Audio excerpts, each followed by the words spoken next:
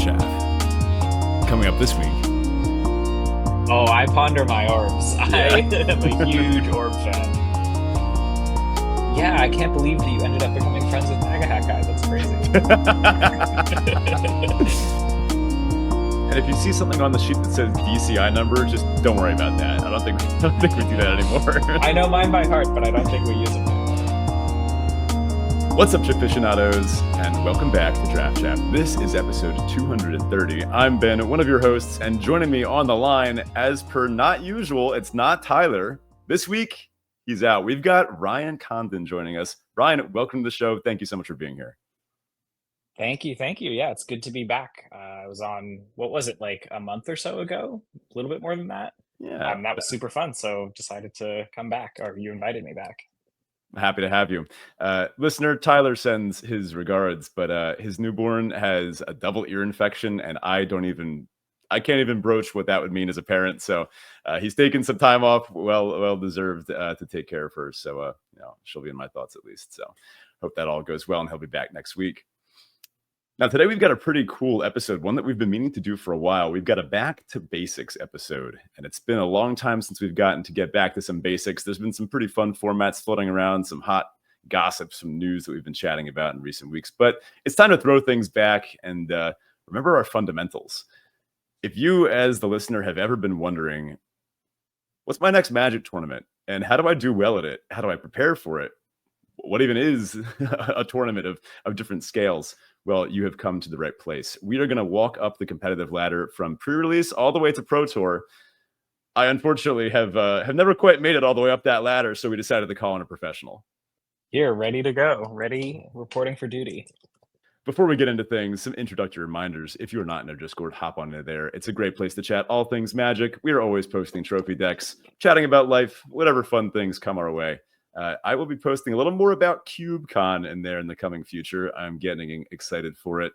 I'm going to be on the activities team for CubeCon this year, and I'm very excited to start putting things together over there. And if any aficionados can make their way out to CubeCon, I would love to see you there. And Tyler's coming too, so it's going to be a blast. Ryan, you're of course more than invited. Have you considered going to CubeCon before? I've definitely considered it. I do so much traveling for Magic in a year now that it's hard to justify.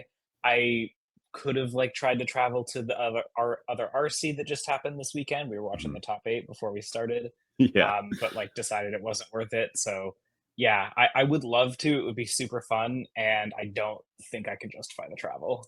It's understandable. It's a bit of a hike, although I will say I came back from Madison with some pretty great cheese. They know what they're doing over there. I'm a huge cheese fan, so I gotta get there at some point.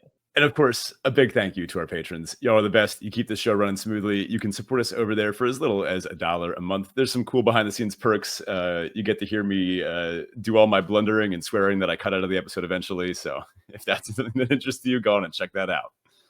Let's jump into our crack a draft type thing.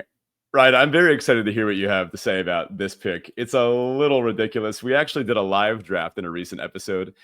Tyler and I, in the heat of the moment, we went for fun and content over, correctness. But we're going to be chatting a little bit competitive-minded today. So I would love to hear your take on this pack. For the viewers, it's currently up on the screen. For the listeners, we can run through these cards real quick. We've got a Windscarred Crag, Temur Tawny back, Embermouth Sentinel, Einok Wayfarer, Meticulous Artisan, Feral Deathgorger. Dispelling Exile, I think, is the first really standout card to catch my eye. Do you agree with that, Ryan? Yeah, I'm also kind of a fan of the Deathgorger. I think it's a pretty solid body, and I'm obviously a huge sucker for lands in this format.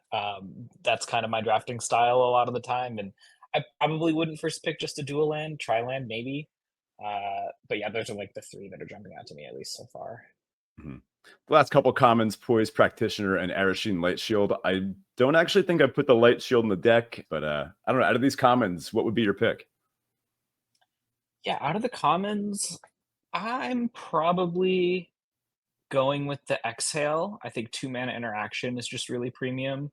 I'm also a pretty big fan of this Dragonstorm Globe 5-color dragons deck, and often that ends up in the Jeskai or Temur space. So I like a Deathgorger here and there because it's easy to splash, but as your base colors, I think being blue is probably going to be something you do most of the time. And yeah, Excel is just like pretty solid. That was going to be my next question, wondering about if you were a pondering they orb believer or not. Oh, I ponder my orbs. Yeah. I am a huge orb fan. Yeah, I love drafting that deck. For what it's worth, I haven't drafted this format in a couple weeks, so I don't know if that deck is like now really overhyped or overdrafted. The meta could hmm have totally changed since I was like deep diving. But yeah, I'm an orb ponderer. Let's put it that way. Yeah, I gotta say, you don't get those eighth pick orbs anymore, unfortunately. I think it was ever since that Denver, was it an RC or I'm not really sure what that It was was. a spotlight series, the Grand Prix that they're bringing back. Yeah. That's what it was. Won by Andrew Beckstrom, if I remember right. Yeah, with a pondering orbs Yeah. deck. So, It was crazy. oh He just yeah, kept like on coverage. They were like, surely he won't take this huge, expensive, clunky card again after he's taken four in a row this pack. And he just like every time took the greedier card and it oh that's worked out. He awesome. won the tournament. Yeah. Emblematic of how this format seems to work. And we're not going to be getting too much into the specifics of any one particular format today. More of the overarching ideas of the tournament structure. But it is nice to get a quick little glimpse into this format. Did you happen to play in any of the arena directs in the last couple of weeks, or have you just been laser focused on constructed? No, I was actually traveling for a friend's wedding. That's kind of why I stopped playing the format. And then since I got back, I've been RC prepping and constructed. So I kind of went really intensely in Dragonstorm for a couple weeks and then basically stopped it cold turkey. I love it though. It's like one of my favorite Mhm. limited formats in a really long time. Super different from the typical arena formats, like much more slow and kind of grindy and controlling. So yeah, I have played a lot of it, but not super recently. I couldn't agree more. I feel a little bit like I'm I don't know. It's not that I'm cheating on limited with constructed, but it has been kind of funny. Well, there's this, beautiful, weird three-color set going on with these funny five-color decks, and I am partial to the red-white kind of beatdown decks too. Uh, I don't know. I've also been spending a lot more time playing constructed than limited these days. Don't get it twisted. This format is super sweet. As far as uncommons, we have a Jeskai Shrinekeeper, an Equilibrium Adept, an Alchemist's Assistant, and a Spectral Denial. Would any of these pull you off that Dispelling Exhale? I think a couple of them probably would. I mean, all of the uncommons here are pretty solid cards. I really like Equilibrium Adept. Hmm. It's just like a pretty straight up 2-for-1 at like a decent rate. Spectral Denial, similar card to Exhale, but slightly more flexible is how I would describe it. Like hmm. most of the time, if you're casting your counterspell on turn 2, they're going to be tapping out and you'll be able to use them interchangeably. Not all the time, of course, but then you can also just scale it a little bit into the late game. Both do that, but I think Denial does it like very marginally better. Um, Shrinekeeper is nice, although it's not one of the dragons I prioritize. I don't know if that's right or wrong. I've seen some of like my other pro teammates really high on that card. Um, and then the Alchemist Assistant is like fine. I probably wouldn't take it over Exhale, but it's like close at least. Well, I'm burying the lead here. There's an elephant in the room. Or, I think it's historically more of a beast, but this art, it's it's definitely an elephant. There's a Crater Hoof Behemoth in the rare slot, and I mean Tyler and I just could not resist. Do you think that's in any way a justifiable pick? I don't think that's crazy at all. One of the things I really prioritize in this format is being able to go really big, and what other way is there It's to go not much big than bigger. Greater of Behemoth? I know.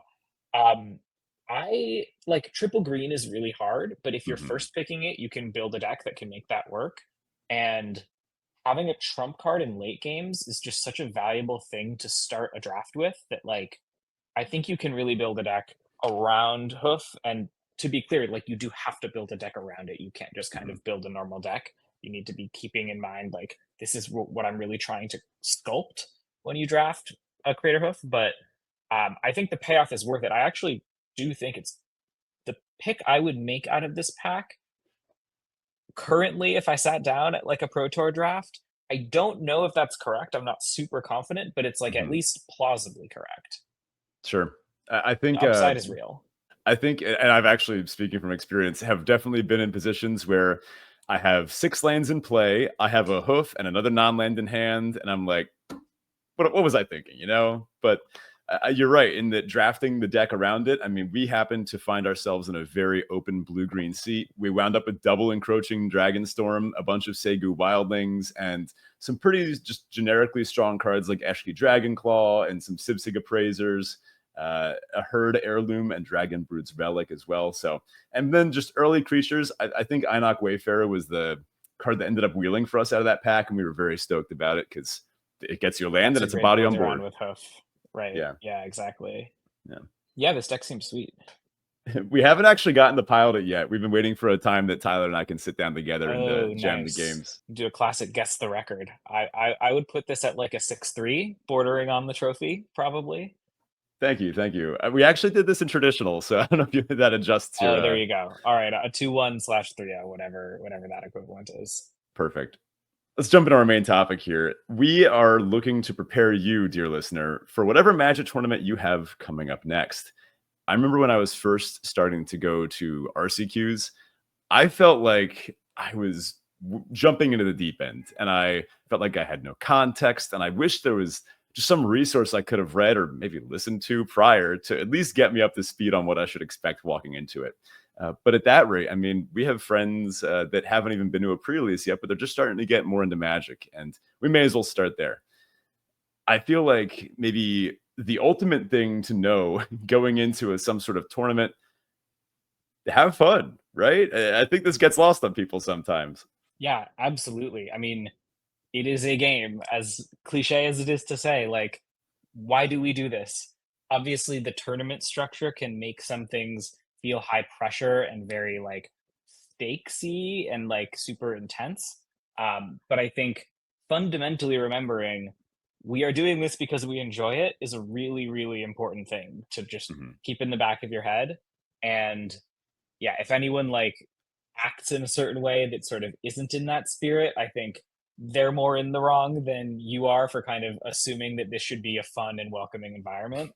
Yeah. And yeah, like remember that because obviously there are going to be some jerks, especially some competitive jerks at certain, levels of competition, and we can get into that a little bit later. But generally speaking, like Magic players are nice, kind folk. It's just yeah, they're like making something competitive always, I think, comes with a little bit of um, risk of forgetting that Mm. this is supposed to Yeah. be fun and it's a game and we're all here to like enjoy it. Mhm. I think some of the best advice I ever got as a Magic player, and I honestly don't remember where I heard this first, was that if you can find the fun and enjoyment in losing as well as winning, then that's how you really, really enjoying the experience overall. Would you say that translates well into the higher levels of competition, like the RCs and the PTs and such? 1000%. Like it is the thing that I notice the most out of really, really elite players is that they find things interesting regardless of how well they're doing. Mm. And like the interesting part of it is more of a how deeply you're engaged with the game and sort of really trying to push yourself to become the best you can possibly be. That's not how everyone is going to approach Magic, but for like people who really like doing well in tournaments, that's obviously kind of how their brains work. Um, but I really think that at a fundamental level, learning how to have fun losing is not only good for just being able to enjoy the experience, but it is good in the long run for winning. Like if you become good at learning from your losses, you will eventually become extremely good. And like those are not in conflict as much as people might think they are. They're really just the truth is the exact opposite. And learning how to deal with difficult tournaments, whatever, is I'm gonna say because this is how my brain works. Like with a Mhm. hyper competitive player, that's what I focus on. Is like it'll optimize your win percentage in the long run. Haha, great. Sure. Not everyone cares about that, but like it. I just want to say like it goes hand in hand with having fun. It's kind of the same thing, to be Mhm. honest. Yeah, that's great. Now we're going to take an approach today as if we're talking about limited tournaments, but no, more contextually as you get to some of these higher ones, you don't really get to pick the format that you're signing up for. I'm about to be playing standard in a couple weeks, which I don't feel nearly as confident in playing constructed as I do limited, but that's how the tournament system works. Now, I think maybe we can begin this deep dive with a sort of overarching couple ideas besides going in with the mentality of having fun. Some things that are going to apply to all these levels. If you're going to some sort of local game store, all the way up to some sort of tournament hosted in like an event hall, outside of some extreme scenarios, I do find that it's best to respect the people that put the tournament together, the staff, the judges, respect whatever policies they have. I think also advice that goes for all levels is go in your healthiest, which includes, bringing water, snacks. I usually try to bring some granola bars just to keep in my bag in case anyone happens to mention that they're hungry. Can Sleep, ideally. That's a good one. Totally. I struggle with that one. Same. Like it is just kind of, you play Magic with your body as much as we think of Mm. playing Magic with our mind. Like, obviously the mind body distinction, I'm going to get very philosophical here. No, Mind go body ahead. distinction is not as distinct or like as bright line as a lot of people think. And how you feel on the day is going to relate to how you feel mentally. It's really, really important just to take care of yourself. Yeah, that's good advice. For honestly, life. Now, I also think this goes hand in hand with respecting the people around you. And, they came to have a good time too. Uh, Whatever that means contextually. So I might end up cutting this, but have you heard of the MAGA hat guy? I have, yeah. Oh At my least God. like I've heard of multiple stories about people wearing MAGA hats at Magic tournaments and judge drama around whether or not they should be allowed and all this stuff. I think it's all quite silly, to be honest. I did actually play against MAGA hat guy at an RCQ, Mm, and I'm not gonna lie, I was a little tilted, and yeah, I made a very silly play with a thought seize that I remember to this day, where I very easily could have won the game, and basically just didn't. I was not myself, and I, looking back, still think of that as, why was that person there to experience the game in that way? If you're going into a tournament thinking like, I'm going to try to make my opponents upset and glean that win percentage off of it, like, what are you doing this for? you know? right. And let's be real, like there's plausible deniability in, oh, I'm just doing it because that's what I believe or whatever. Let's be real, that's what the person is trying to accomplish by wearing that. Yeah. They know what the Yeah. reaction is going to be. They understand that they're doing it to aggravate people. And like, yeah, I mean, I personally think that our game, our community, whatever, should just not be a place where people get to do that. Yeah. I totally agree. This also goes for respecting judges, anything that they say to do. The judges, God knows they put in the work and the hours. So, always defer to them and thank them at the end of the tournaments too. I've made some friends that way. It's nice. LGS staff as well, like the people who put on Magic tournaments, again, it kind of comes back to like, this is a game, this is a hobby, we're all doing this for fun.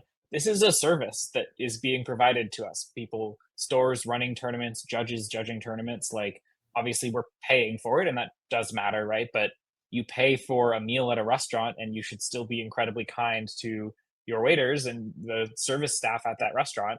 I honestly think it's the same principle. Like, yeah, it is a privilege to be able to play in Magic tournaments, and a lot of people work very hard to make it possible. So we Mhm. should be thankful to them in general and in specific scenarios. And regardless of what level tournament you're going into, I'm personally there to make friends. I'm always trying to, see if someone, like, I don't know, something that Tyler, he wouldn't want me to say this because he's not here, but I'm gonna out him. He keeps a spare like box of sleeves on hand just in case someone doesn't have a box of sleeves, and he will That's just awesome. hand the sleeves to and be like, I don't want them back. It's whatever. He's That's so nice. he's just like that, and What a because of friend that, hack. yeah, right. He'll like, we managed to pull so many friends, and actually, I met him at a tournament after he demolished me and sealed. So, Love uh, that. and We met at he, an RCQ, right? yeah, exactly. I'm always looking just to make connections with. I mean, this game, it's such a beautiful experience to come together with people who enjoy the same thing you do. And it just happens to turn out that, like you said before, I find that a lot of Magic players have, good interests, good politics, good values. I'm always happy to make friends at Magic tournaments. Yeah, I can't believe that you ended up becoming friends with MAGA Hat Guy. That's crazy. Oh yeah. Oh, if I see that guy again, I really just can't wait, you know. Gonna really become good friends with him. Oh yeah, we're gonna get really close, you know, real physical. Oh, I do not condone violence. All right, let's talk about pre-release. Me So neither. historically, I think pre-release is one of the best entry points in the Magic. Do you happen to remember your first pre-release? Oh, I totally do. Yeah, it was Rise of the Eldrazi. Long, Mm, long time ago. One of my favorite limited sets. Again, also a very slow, off-pace environment from the sets that came before it. And I think I built black green spawn, like the mm, little spawns that sack to make mana. sure. And yeah, I ended up doing like better than I expected, and then I was hooked. Yeah, it's great. I have a very distinct memory of mine. I traveled into the city. I played at it's one of those little like I know Hexen. It wasn't a Hexen company. I remember that, but it was one of those similar sort of game store, coffee shop, and I remember thinking like, "Wow, this is what New York City is like." I was in like I'd just gone to college. I'd never been to New York before. I'm like, "Wow, you can get a coffee and a beer at the same place? Like, what's happening here?" I remember that deck though. I had it was Shadows over Innistrad, and I opened 2 Gold Knight Castigators. And I remember Mm. I'd listened to Limited Resources on my way into the city on that train ride, and they were saying like, you know, it's a high risk card. We don't think it's good yet, but we're not sure. We got to see how it works. I remember thinking like, you know what? I'm gonna play both and just see what happens. And I smoked people with it, and it was awesome. Love Who that. cares how much damage That's you so take? sick. They're dead. Very pivotal moment for me as a Magic player. I remember that really fondly. That's awesome. I saw you post on Blue Sky like 4 cards to get to know me, right? And that was one of them? That was one of them. Yeah, for that Nice. exact reason. I've since become I don't know something of a procurer of symmetrical effects. I love Athalia. I love Arath. I love any white card. Oh man, one of my favorite limited cards of all time. Farsight Adept from Zendikar Rising. It's not super memorable, but it's a 2 and a white. It's a 3/3.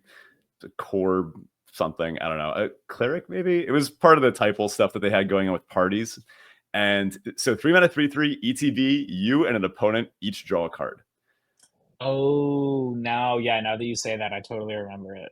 It's hard to turn that effect to your favor because inherently the opponent is getting the card first, all this stuff. But when you do it, it feels like you solve the puzzle. Yeah. Yeah. If they're dead, who cares how many cards they had in hand, you know? Now, pre-release. If you, dear listener, are planning on going to an upcoming pre-release or maybe sealed tournament in general, but I think pre-releases are a little more common these days. Some things to know going into it. You're going to be playing a format called sealed, where you're going to open 6 packs, and there's going to be a promo card. And depending on the format, sometimes there's some other weird stuff. Sometimes you get 1 or 2 extra cards, or ones we just had with Dragonstorm. You got to actually pick your clan, which is a pretty cool effect. But this is honestly, you could go into a pre-release tournament knowing nothing about any of this, and the people around you will help you through it. It's the best way for a new-esque player to begin playing the game and even to get their first deck. 100%. And it's also just exciting. Like it's the first time that you can play with the new cards, which is awesome. And like you have those stories of falling in love with cards for the first time. Really, really fun. Everyone has this like air of just excitement and enthusiasm. I remember up in Boston when I was in like high school, they had midnight pre-releases on Oh, Friday, so the oh tournament would yeah, start at midnight. That was like a magical atmosphere. yeah. But obviously, I don't think places mostly do that anymore because I don't this think release so. schedule is different. But like, yeah, pre-releases are a great environment.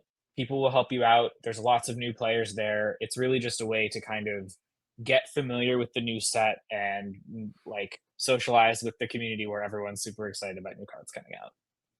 I miss midnight pre-releases. Those are so much fun. I'm not sure I could do them anymore, So but fun. Oh, I could not do them now. yeah. I think that is one of the most beautiful parts about the pre-releases is that regardless of how skilled the players are going in, it's probably everyone's first time holding those cards. No one knows how every interaction in the set works. There's going to be a lot of great discovery moments, regardless of how long you've been playing the game. And if you're, as a new player, a little worried about going into a competitive tournament, I wouldn't say this is the most high stakes, high competition level tournament there is. For each of these levels, we're going to discuss what we call the REL, or rules enforcement level, which is basically just how seriously is it being taken at this tournament. And at pre-release, it's almost always regular REL. Rules are enforced, but if you played around kitchen table and played Magic like that, I mean, you're not too far off. And just to kind of get this disclaimer out of the way, this is a disclaimer I want to give all the time. Call a judge. If you find something off in your game, you don't know how a card works, you don't know how a specific interaction between cards works, that's what the judges are there for. They're there to explain how the cards work and to make sure that everything goes smoothly. When we're talking about rules enforcement level, this is really like a guideline to the judge for how to kind of handle these tournament situations. So at like higher rules enforcement levels, the judges are going to be doing things that are a little bit more strict just so that they can make sure that there isn't any like cheating or foul play going on in the tournament. And that's kind of why things get stricter at like higher stakes competition levels, which we'll talk about maybe a little bit later. But here at a pre-release, there aren't that many stakes. There's like packs to win for prizes. It would be really weird if someone cheated at pre-release. I mean, I'm sure it happens, but who are you if you're doing that? I mean, come on, that's so lame. And It's also, lame like, at any point, but like yeah, that's especially lame. yeah. And yeah, like judges are going to be pretty lax. It's mostly just about making sure everyone has a good time and understands how the cards work. Mm-hmm. Yeah.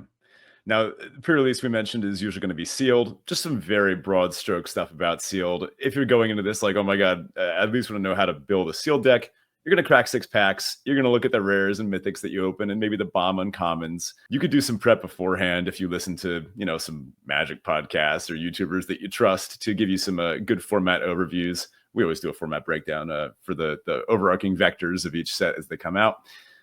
But then, just play the cards that look like they're going to be fun. If there's a silly build around rare that you open and you want to make your whole deck around it, and even if it's not like the optimal deck to play, just do it. It's pre-release, That's what it's for. Yeah, it's for learning. It's for exploring. I love listening to content, podcasts, videos, whatever, going into a pre-release and having something going in that I want to try or something that I want to learn about. Like, can I make this particular deck work? And if I get the right sealed pool for it, I'll try that. Yeah, it is the perfect environment for learning. And as far as logistics to prepare for, a pre-release is just going to be a couple hours. They're usually 3 rounds or maybe sometimes 4 rounds. Usually it's like an hour per building and then an hour per round-ish, depending on how efficient the game store is. So that you don't have too many logistics to plan for. I always get dinner beforehand at a nearby restaurant with some friends and some drinks that will either improve or decline our ability to play said decks. But roll the dice every time. Yeah. Pre-release is honestly maybe my favorite way to play Magic. The energy is just so pure.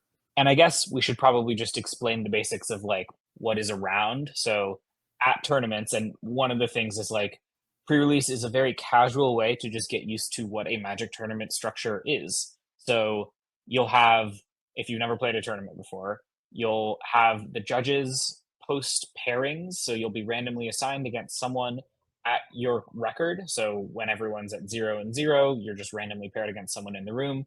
And then let's say you win your first round, you'll get paired against someone who also won.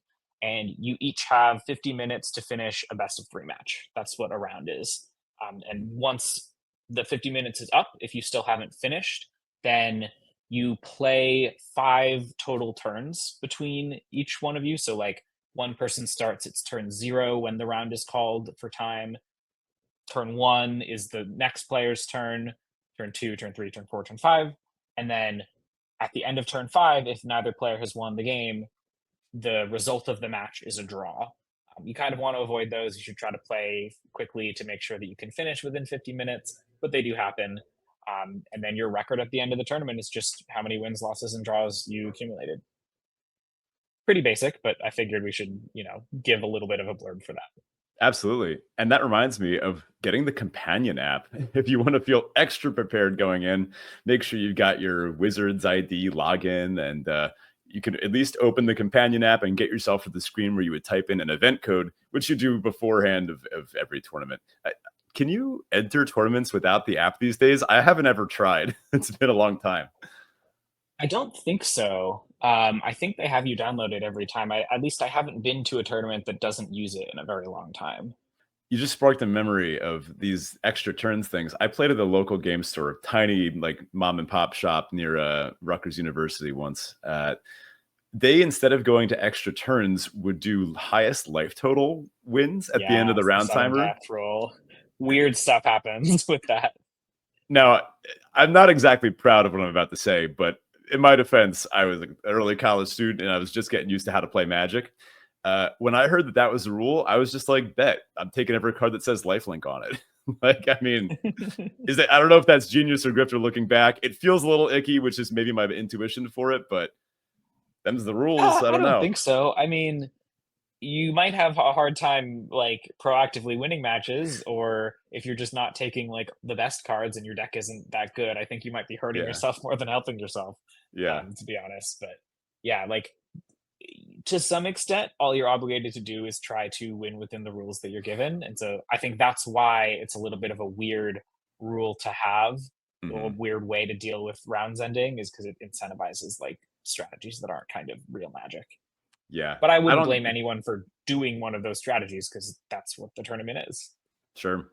I don't really see that happening basically. I've heard of that happening maybe one or two other times ever. Yeah, that's kind of a relic. But it's almost always end of round, you get 5 turns, and then if neither player wins, it becomes a draw.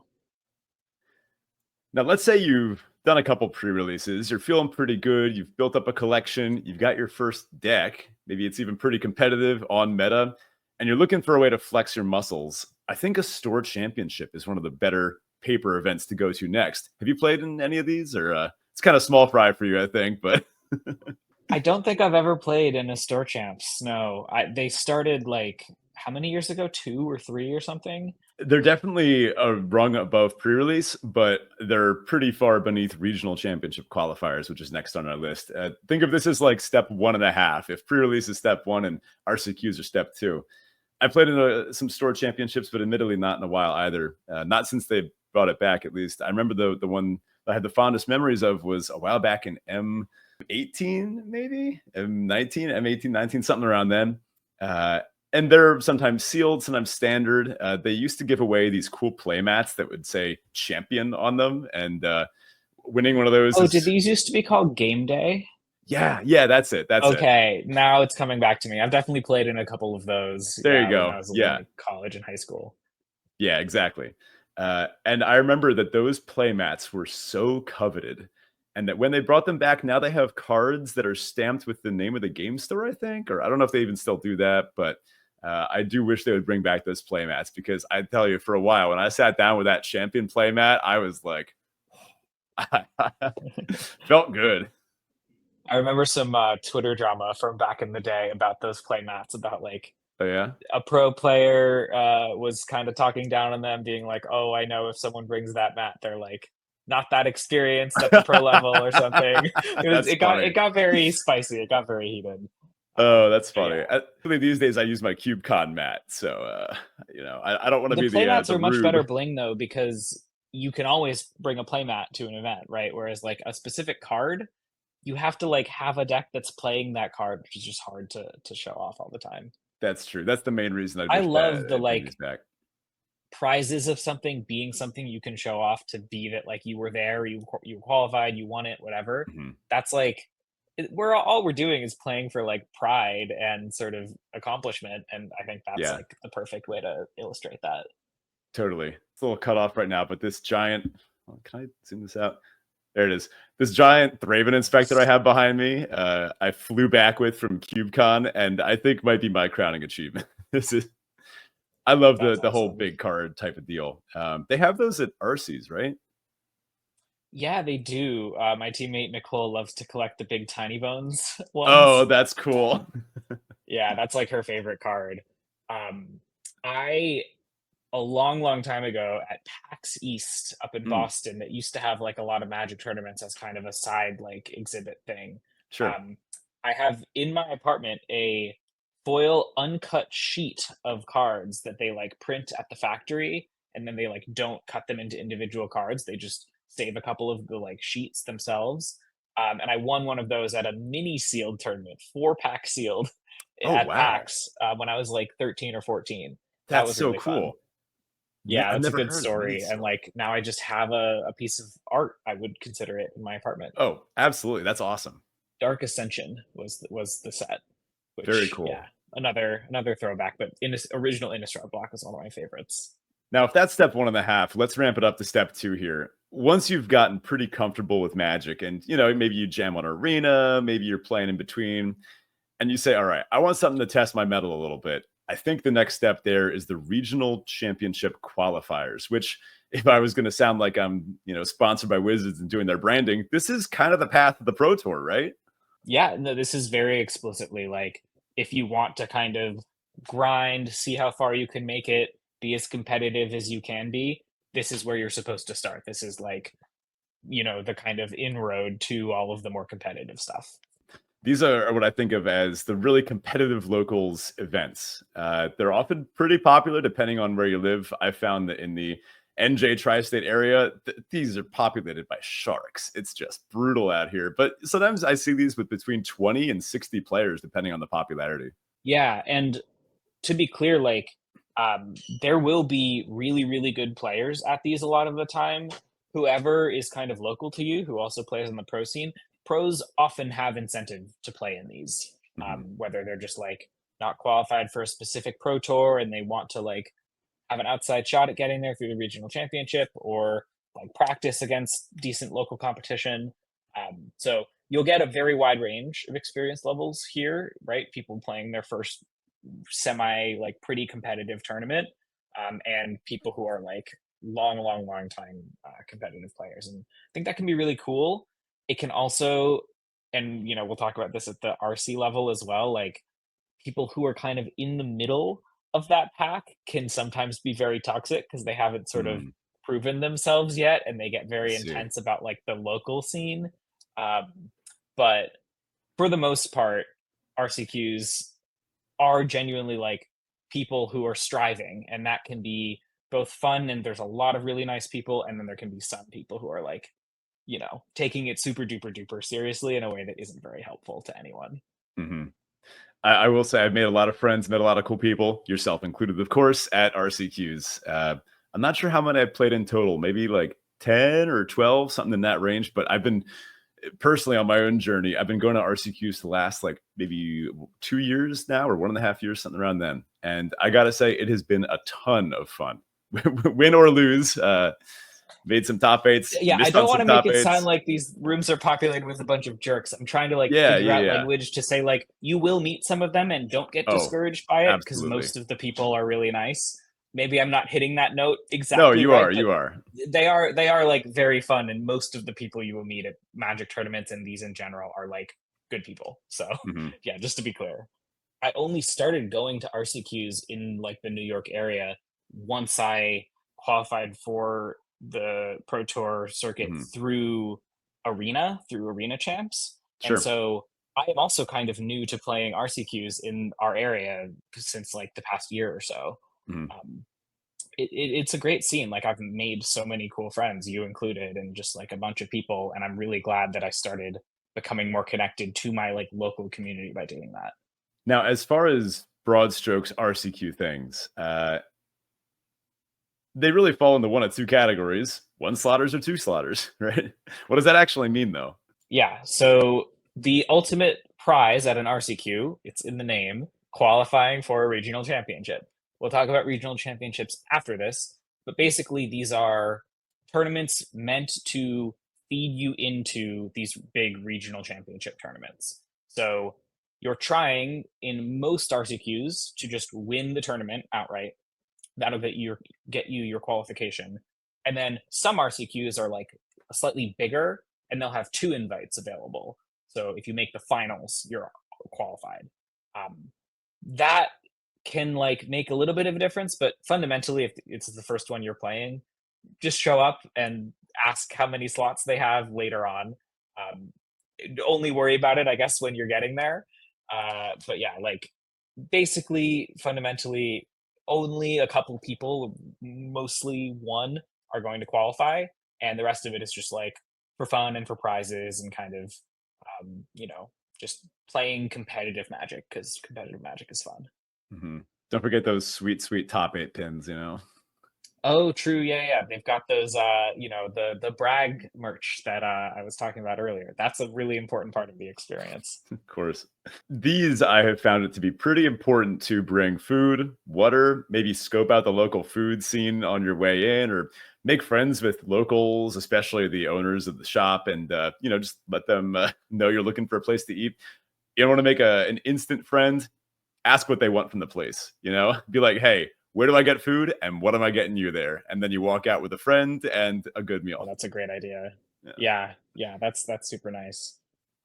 Yeah, and like you're gonna be going to the same shops for RCQs a lot of the time. Obviously, your local shop you're gonna be going to, but like RCQs, we'll talk about this more with the regional championships, but they happen in seasons. So every season there will be a constructed format and then some limited RCQs, but every store will host at least one per season. And so you'll kind of be going to these at like the same stores over and over, assuming you like get into the more competitive, but like grindy scene. So, be nice, make friends, get involved in your local community. Now, these play at what we would call competitive REL, competitive rules enforcement level. You're expected to know what your cards do and how they work, and maybe even a little bit about how your opponent's cards work too. Uh, and maybe, again, to reemphasize this, don't be afraid to call a judge for any reason, even if you just need like a breather and you want to talk to them about a play that your opponent did that just made you feel a little weird. Maybe even not a play, maybe just something they said. Uh, it's not an attack on your character either. If a judge gets called on you, that's just kind of how the game works. Maybe you made a mistake, maybe you didn't.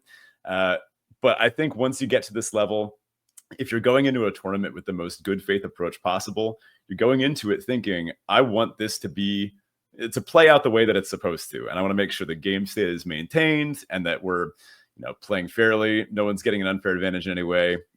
We're here to play Magic, right? Yeah, exactly. And like everyone's here because they're trying to qualify for a big important tournament. And I think Mhm. everyone deserves it to be a fair way to like get there and a fair tournament, right? So that's why judges are there. Uh, they are not there to be super.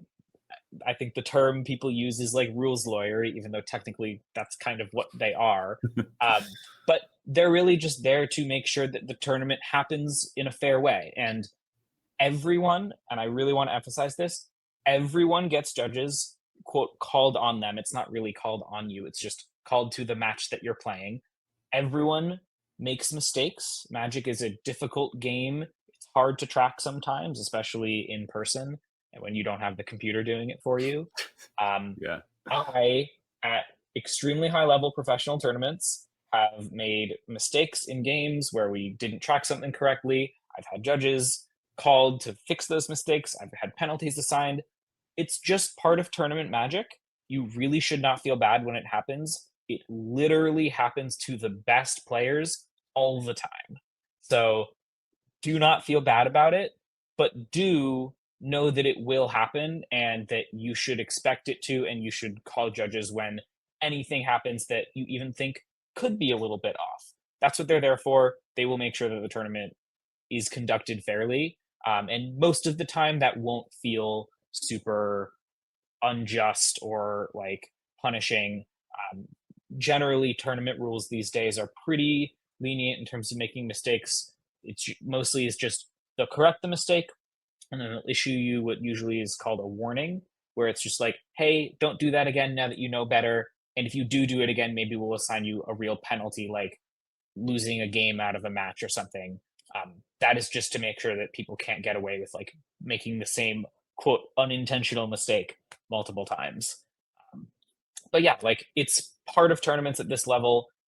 It's that way for a reason. We want competitive Magic to be a fair place where everyone gets their shot. Now, a lot of constructed RCQs, the format will be announced way ahead of time. It typically depends on what season you're in. Right now, it's modern, and I'm not really too into modern right now. It's a lot of Me Boros neither. energy. But Yeah, I've avoided having to play Modern for the professional scene for a while. If I mhm, qualify for the next Pro Tour, which I'm really hoping I do, I'm gonna finally have to like learn how to play Modern, and I'm not mhm, looking forward to it. Let's put it that way. So I'm fair. skipping this RCQ season unless there are any limited tournaments. Then I'm Mhm. gonna play it. And those are the ones that I think attract me the most too. Just getting to play sealed at those tournaments is a pretty cool experience. For the listener, if you are looking forward to playing one of these, know that going into it sealed is going to be a little different than you're used to. When you get your 6 packs, everyone's going to get all the packs at the same time, and everyone also gets a deck list registration sheet and hopefully a pen, depending on how many of the pens that they got laying around at the LGS. You will open your pool, sort of showing the person who's seated across from you, as will half the crowd who's there be all opening simultaneously, just like proving you're not slipping an Elspeth Dragon Slayer or whatever from your sleeve into the deck list. And then your player across from you will do the exact same thing. And then you will trade pools typically with your opponent.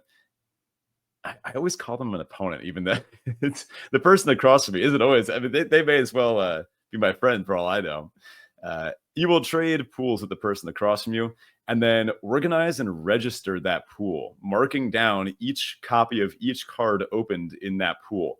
That can be an intimidating experience. I've seen people start to lose their wits before the tournament even starts, just trying to do that. You have a certain amount of time to get it done. Do you have any suggestions for people that are going into their first deck list registration?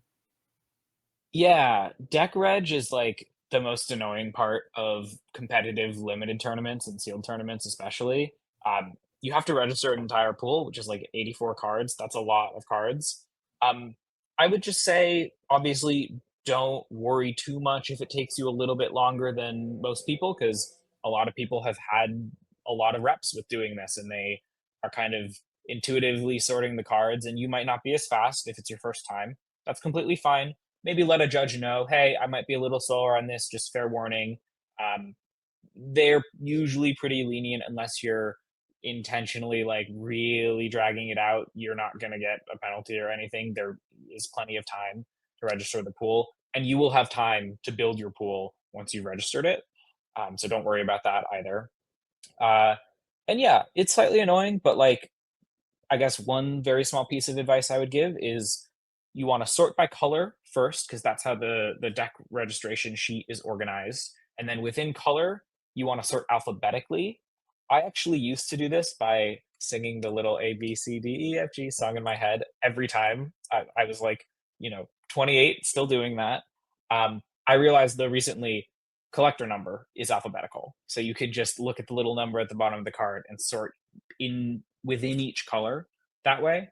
Um, and then certain sets will have little quirks where like there's sometimes a special guest sheet, or certain cards are like not exactly colored, not exactly colorless or multicolor or whatever, that like fall into different categories. Again, default answer for every Magic tournament, just ask a judge. Like, how do I can't find this card on the sheet. Where is it? And they'll be able to tell you. And yeah, ultimately, it's just kind of a tedious thing that you have to do at competitive limited tournaments. It's really not that high stakes of a process beyond the fact that you just do want to get it right.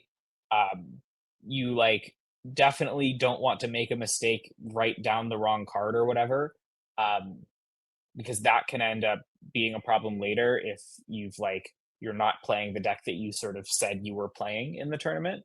Um, so double check everything, once you finish it. And if you end up writing down the wrong thing, just call a judge. They can like edit with like a red pen or whatever on your sheet, and they'll correct it. So don't worry about making mistakes like that. You can get them fixed pretty easily. Mhm. And of course, as always, if you ever have any questions, just like call a judge or someone over to help. They're Yes, always happy to exactly. help. You can get assistance with this. It is not something that you're expected to figure out on your own for the first time. Like, ask questions. This is not a test. Mhm. And at competitive rules enforcement level, at the beginning of each match, it is expected that your deck matches exactly the deck that you had marked down on that deck registration sheet, which then, after being passed back to you and having built the deck, you will have marked down every card that's going to be in your starting deck. So don't forget to Yeah, do just to be sideboard. clear, there's like a total column on the sheet and a played column. So you'll register the pool by marking everything in that total column, and then you build your deck. kind of not worrying about like how to register it yet. You make sure you're like satisfied with exactly what deck you're building, and then you go back and mark every card in your deck on the played column. Mhm. And you also mark down like how many basic lands you're playing because you can add as many of those as you want. Make sure to remember to add your basic lands. A lot of judges will check when you give them your sheet if you put lands on it. Some of them won't, so just do it on your own. And if you see something on the sheet that says DCI number, just don't worry about that. I don't think we do that anymore. I know mine by heart, but I don't think we use them anymore. Yeah. And if you're looking to actually get some reps in prior to one of these tournaments, just practice the format. If it's sealed, I've actually been really impressed with some local stores that are doing pre-release RCQs these days. Those are a lot Those of are so fun. fun. But if the format is solved, then watch whatever content creators you trust to solve the format. Run practice on MTGO or Arena or in person or Draft Sim or some other simulation website. Whatever you got to do. Hopefully, it's not your first time opening the sealed format on the RCQ day. But in the case of the RCQs for pre-release, it's actually kind of a bonus. It's pretty fun. Yeah, no, it's really fun to kind of test that initial card evaluation skill. Also, I think just to note, we kind of skimmed over it a little bit, but you are not allowed to sideboard between rounds. You have to present the same main deck. So make sure that the deck that you originally build is a deck that you're like satisfied with. That is different on like Arena and MTGO and on pre-releases. So this is kind of the first level where you sort of have to submit an actual deck and like present the same deck at the beginning of every round. Mhm. Literal and metaphorical cards on the table here. When I was first going to RCQs, one of the things I was most intimidated by were these conversations regarding top eight and breakers and intentional draws. It took me a while to figure out what people are actually saying. And even then, I felt like I didn't understand all the mechanics behind it. What is going on with all that? So you want to make top eight, but how does that actually happen? Yeah, so top eight is like a magic staple of tournaments. It's just kind of the sort of mark of if you top eighted a tournament, you did well at that tournament. That's sort of like the cultural established measure for success. Um, and at RCQs, especially limited ones, top eighting means you get to draft, which is the best prize I could imagine Oh, personally. yeah. Just doing a high stakes draft with like a bunch of local people. Um, and so people really care about making top eight. What that means specifically is after the rounds I described earlier, most RCQs will be 5 rounds. It can depend on the number of players, but that's typically the minimum. Um, you'll play a certain number of rounds, usually 5, and at the end of those, there will be standings, mostly based on how many points you amassed. So uh, a win is 3 points, a draw is 1 point, and a loss is obviously 0 points. So you get to like 9, 10 to 15, somewhere around that many points, and you have a chance of being in the top 8 players, depending on how many players were at the tournament that day. And there's a clean cut. So if you're in ninth place, doesn't really count for anything. You got to be in that 8. And what that means is that tiebreakers can often play into this. The most common or like the number one tiebreaker that is used at Magic tournaments is opponent's match win percentage. So the people you played against that day, how well did they do in their records? Obviously, mostly this is based on like if you're playing someone at your same record every round. If you do better, you are going to have opponents who also were doing better, and so they'll have better records in the tournament. Um, what this also means is that if you win early, that is good for your tiebreakers because you're playing against people who have won early as well, and so have more chances to accumulate wins in the tournament. Um, and in small tournaments like RCQs, that can matter a lot. So if someone starts out 3-0 in a 5 round tournament, they're going to be at the top of the standings, and they can usually intentionally draw with someone who is also 3-0 2 rounds in a row, more or less. They'll draw with like a different person the next round, but usually they can do that and sort of guarantee that they will be in the top 8 players after they're called Swiss rounds. Um, don't worry about why that is. I don't even fully understand why it is. That's just what the tournament structure is called.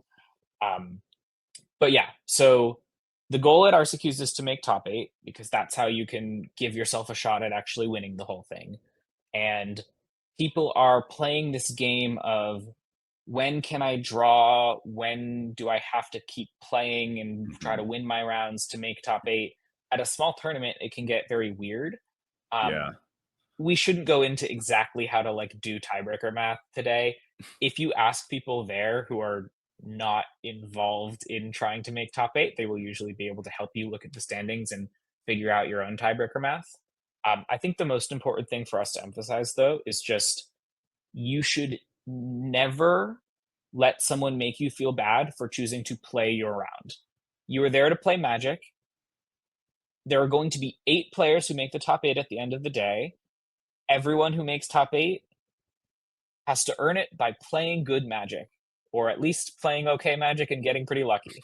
Yeah. Um, and like you always have a right to play Magic when you show up to a Magic tournament. That is your right. You signed up for that. You paid for it.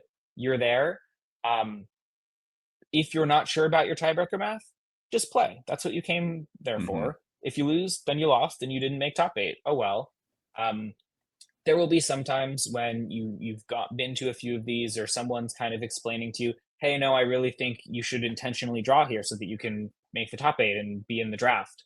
um, Listen to them if they seem trustworthy, and like that's a totally fine, completely accepted thing to do.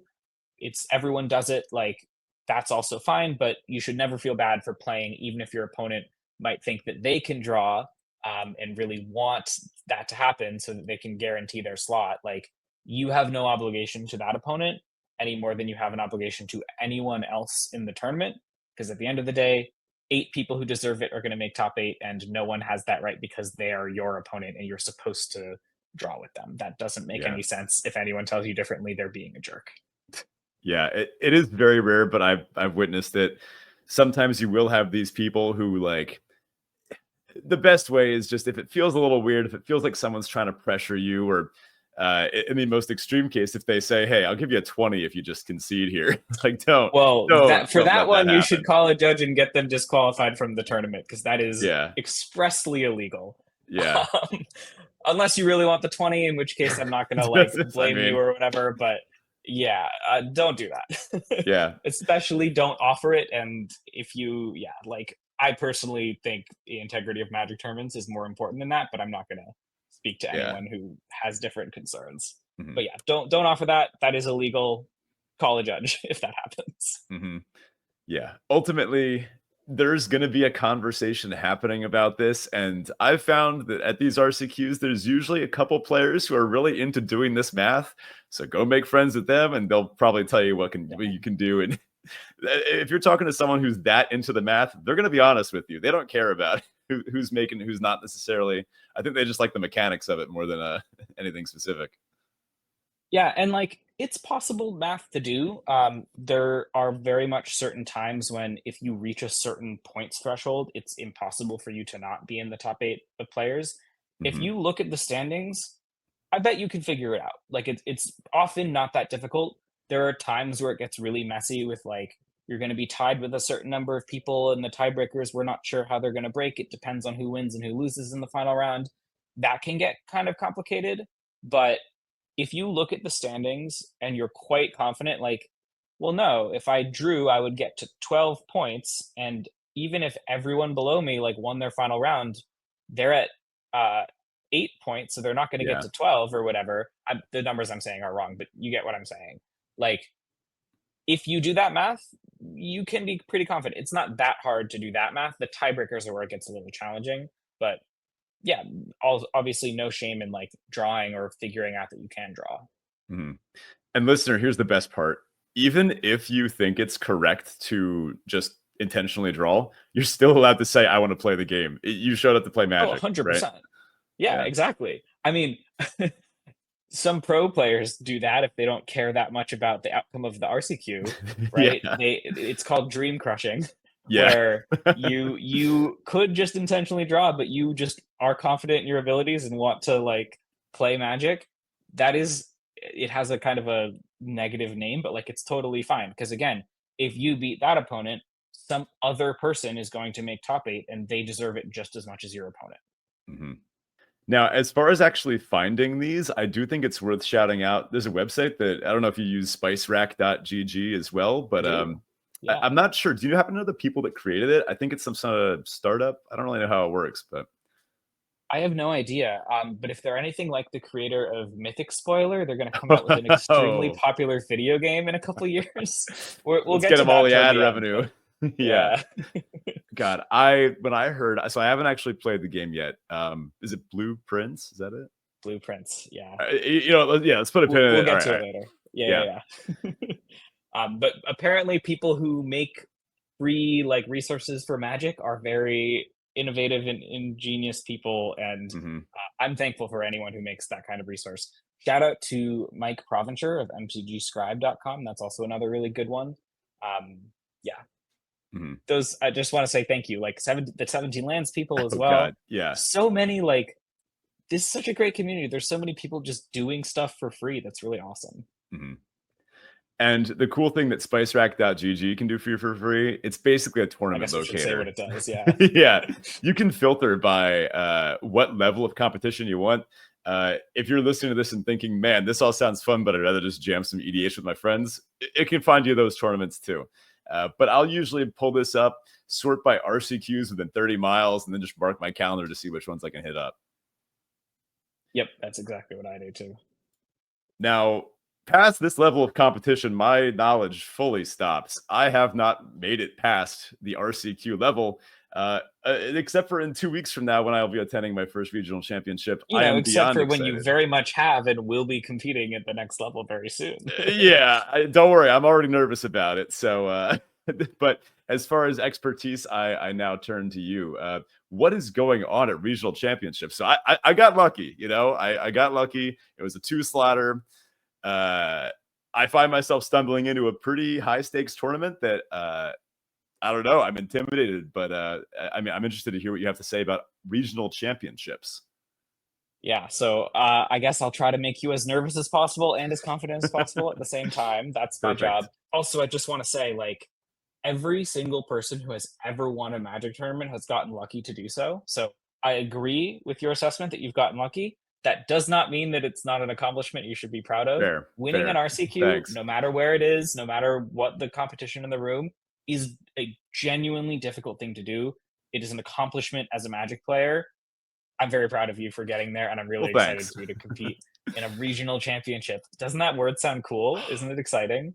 I'm not gonna lie. I told some friends at school, like, and they're like, "Oh, whoa, that sounds Whoa, important." yeah. Yeah, Yeah, it you're in feels the good. system now. You're like in the like on the ladder, you would say. Yeah. Ugh. Um I'm so yeah. probably at the bottom. So regional championships are I would say the RCQs are the bottom of the ladder. This is kind of the middle of the ladder. Um there are 6 in the US. I'm going to be speaking in terms of the US, but like there are different regional championship structures kind of around the world. They all sort of feed into the Pro Tours in the same way. There are 6 of them in the US each year. There are 2 per RCQ season. So they used to have one and then they kind of got too big. And so for the US, at least the kind of biggest competitive Magic market, they split it into 2. So every 4-ish months, there are going to be 2 different regional championships in different cities. So the one that was happening this weekend was in Minneapolis, and then the one that is happening in 2 weeks that we're both going to is in Hartford, Connecticut. Um, and they each have a different format. It aligns with the format, the constructed format of the RCQs. All RCs are constructed, unfortunately. This is the big barrier in the ladder to the Pro Tour where you just unfortunately are forced to learn constructed and be really good at it to make it to the Pro Tour. There is no way to get there exclusively through limited or even through like a hybrid limited tournament. Mhm. Unfortunately, I'm not a big fan of that, but the competitive Magic scene is built on like the backbone of constructed, and then there's some limited thrown in there. Who knows why that is? I kind of find it annoying, but Yeah. yes. Caveat aside, RCs are all constructed, so be prepared to play constructed. Um, this is definitely by a mile the most difficult chain in the ladder. So this is the place where you are probably going to be running your head up against for a very long time if your ultimate goal is to make the Pro Tour. Mhm. Personally, for me, the like path to the Pro Tour was different for many of the years I was playing Magic, but it took me 15 years of playing hardcore competitive Magic to make it to my first Pro Tour. That's, I would say, a little bit longer than most people who eventually do make it, but it's not that crazy. Like, it's really, really hard to make it to a Pro Tour. So, Sure. giving you guys some numbers, you need to make top 32 out of about 1,500 players in a Wow. typical American RC. And every single person in that room won a tournament to get there. So everyone is good. There's a big range of experience levels, but everyone is going to be competent. They're going to know what their cards do. They're going to know the ins and outs of the format. They're going to have opinions on what decks are good, what decks are bad. They're going to be familiar with the deck that they're playing. Um, this is the kind of tournament that most people who play in it are going to be preparing for it for weeks, if not a month, if not kind of thinking about it ever since they won their RCQ and strategizing what kind of deck that they might want to bring and getting familiar with the format just kind of at a general level for a long time before. Um, so this is a tournament that people like to take seriously.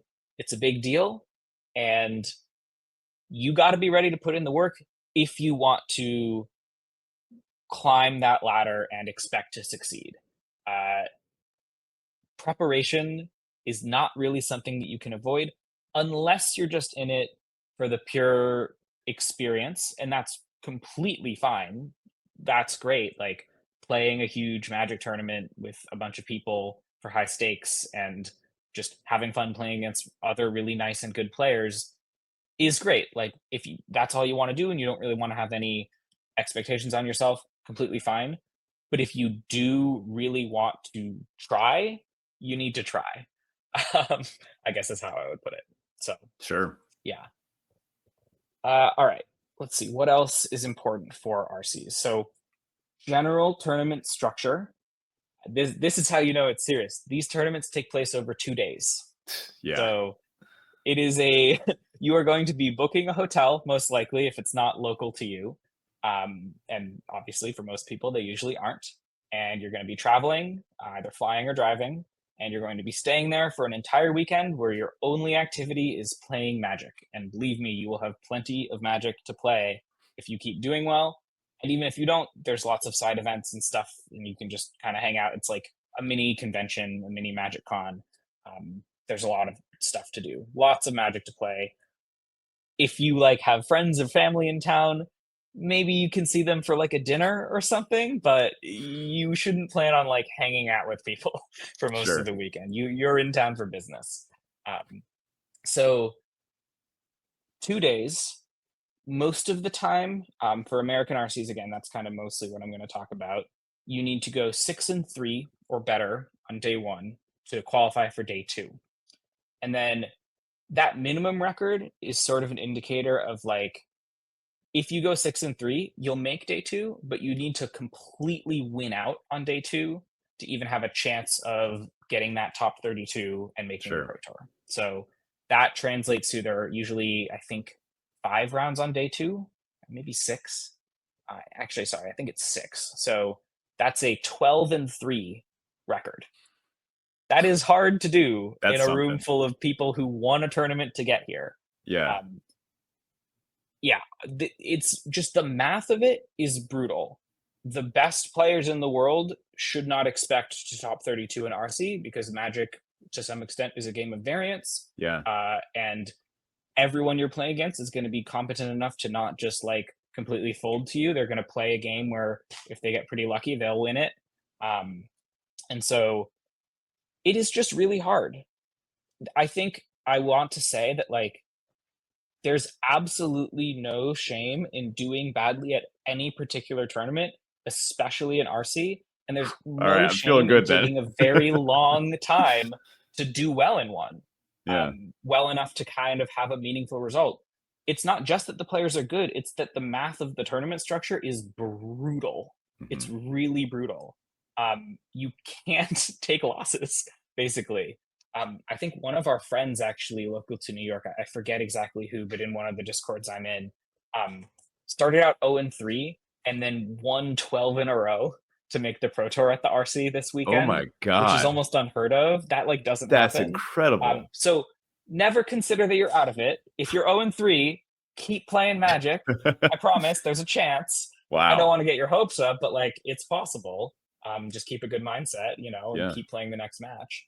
But yeah, like if you 6-3 at your first RC and making day two is like an incredible accomplishment, and you're still, even after that incredible accomplishment, you need to go 6-0 against people who also did that. It's just, I really want to emphasize, extraordinarily unlikely.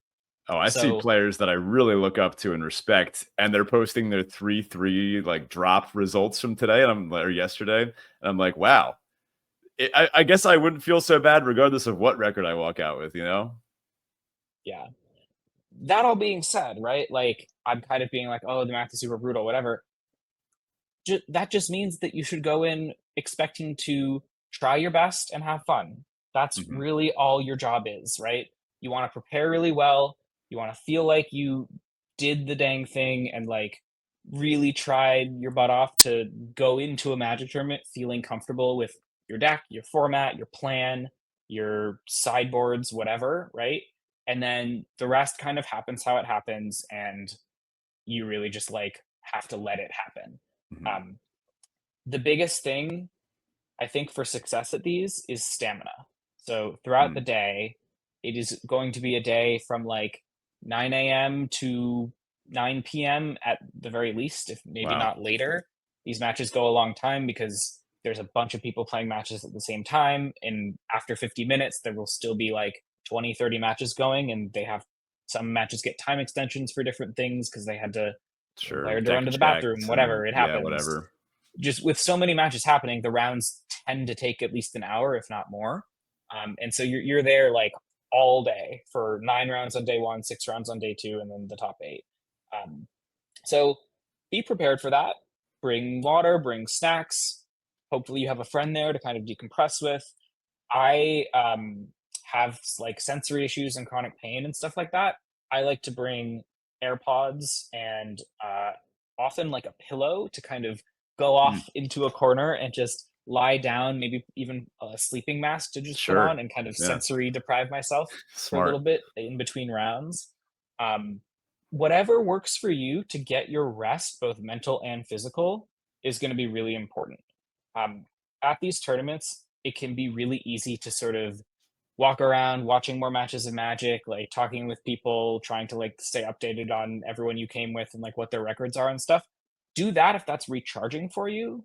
Mhm. But if it's not, don't feel bad about taking time to take care of your physical needs, to recharge, do whatever you need to do.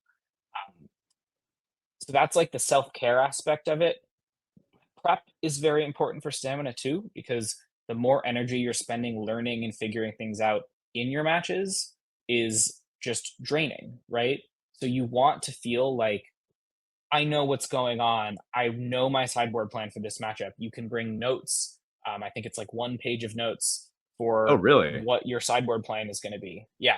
A lot of Huh. people like make it in a spreadsheet and print it out. I can send you like a template for that if you want Oh, that'd be to like plan this immensely week. helped. Yeah. I had no idea. And Okay, yeah, I got you. does sweet. Does that relate to open deck lists? Is it true that everyone can see everyone else's deck list? Does that mean I should be sitting down with like a picture of my opponent's deck in front of me? Yes. So you will have a copy of your opponent's deck. So this is an important thing to explain. It was one of my notes. Hmm. Um, RCs and above, this like RCs and Pro Tours, anything at that level or above, is open deck lists, which means you are going to be able to see what your opponent is playing before you begin your match. Hmm. You can't look at the deck list during the match. So there is a little bit of like memory testing, which is kind of icky, I think, personally, Interesting. but they have to do that so that people aren't sitting there like reading slowly through their opponent's deck before they make a play. That Oh would just yeah, that would extend be things way that'd be too rough. much. Sure.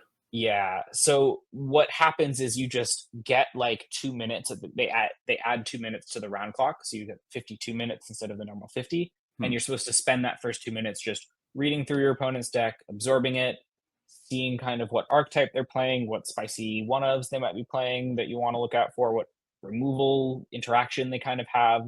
Um, just kind of getting like a sense of it, and then during the match you can try to remember that and see like, oh yeah, they had two spell pierce, should I play around that here?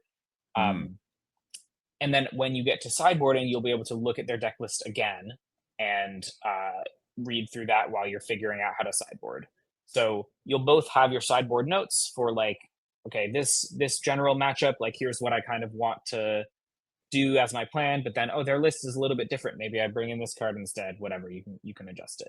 Um, Sure. and I guess to technically explain how this works, there will be a player meeting at the beginning of the day where they will give you a printed version of the deck list that you submitted online. You have to submit your deck list before the tournament. I guess that's Hmm. another thing to know. Yeah, good to know. Using melee.gg, which is the like website they use to run these tournaments. If you Mhm. qualify for an RC, you'll get emails about all this I've gotten explaining some of it. those So emails. Yeah.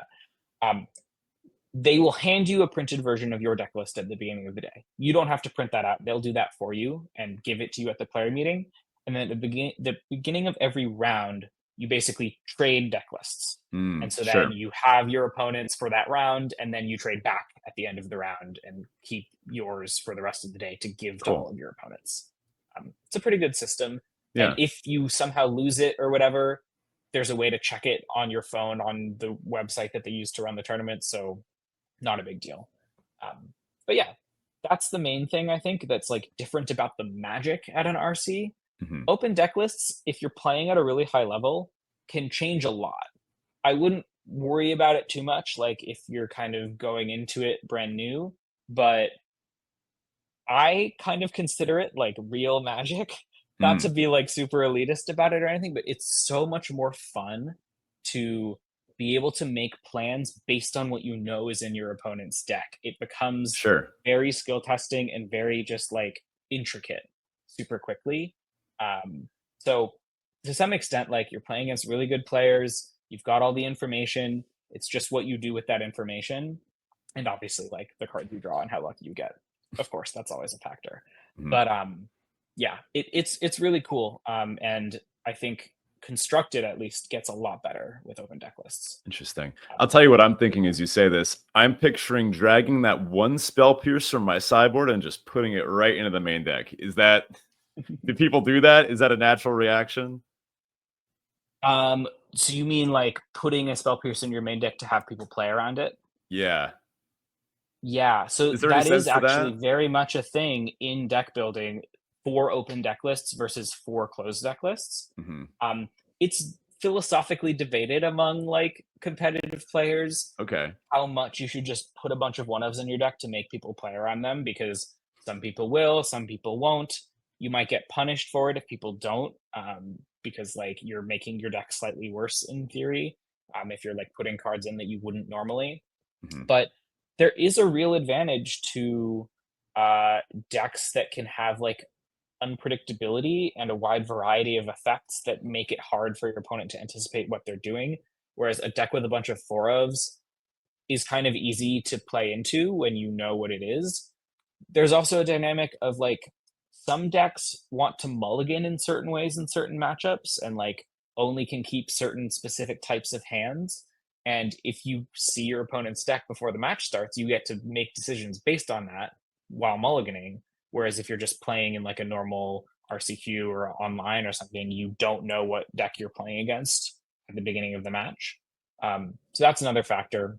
We could get really in the weeds about like what kind of deck and card choices are like better or not in open versus closed deck lists. Sure. I love that kind of stuff, but I don't think it's probably that useful for like this podcast. We could save the But conversation for it's the it's a very RC. cool feature of RCs. Yeah, yeah, Yeah. totally. Um, and then I think the last thing to just be aware of is there are feature matches at regional championships. Hmm. If you're doing well, if you're 5-0 with an interesting deck or playing day two with a really good record, you might get featured. Or if you're like playing against a pro player or something. So what that means is they'll usually have like a separate area sort of away from all the like rows of tables where most people are playing, that has like a camera, some judges staff around there to like help Cool. out with this stuff. There will be a person sitting at the table that you're playing at whose job it is to like hand you tokens and stuff, Oh, and you'll that be sounds on awesome. stream. No, it's fun. I've never had one at an RC. Hmm. I had a feature match that wasn't broadcast at Worlds, but that was like my first ever like being at a feature table. It's a really smooth experience. It's really Hmm. nice. Um, Did you feel the and pressure? I think to some extent, yeah, like if you know people are watching, I think that can make it a little bit harder to sort of focus on the game that you're playing. Yeah, Definitely. Um, and especially like if you know you're featured, you're probably, if you're like not a known player, you might be playing against a pro, or at least someone who's like obviously doing quite well or is somewhat known. So that can add pressure for sure. The important thing is just to treat it like any normal match. That's easy to say, it's sure. harder to do. Yeah. um, but it's really fun, like just the fact that you would play a match of Magic that other people are going to be watching as if it's like a sport. That's just That's kind of super cool. cool. Yeah. It's rare, like, you have to do quite well to have it happen most of the time, and Hmm. even if you're doing well, like, most players who win a bunch throughout a tournament will never get on feature because they only have, like, 2 to 4 per round, Sure. um, but it's possible, and you should just know that it's, like, a thing that could happen and, be mentally prepared for it, like, Hmm. all you are supposed to do is play the cards in front of you. Don't worry about all the glitz and glam happening. Like, just play a normal match of Magic. That's it. Yeah.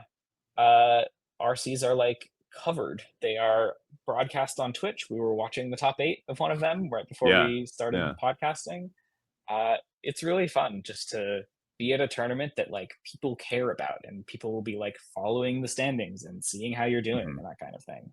Now, let's say things go really well, and I through some stroke of luck or genius or something else, I find myself at the Pro Tour. Usually it's both. That's almost always what Yeah. it is in Magic tournaments. You got luck and skill in equal measure. That's what I always say.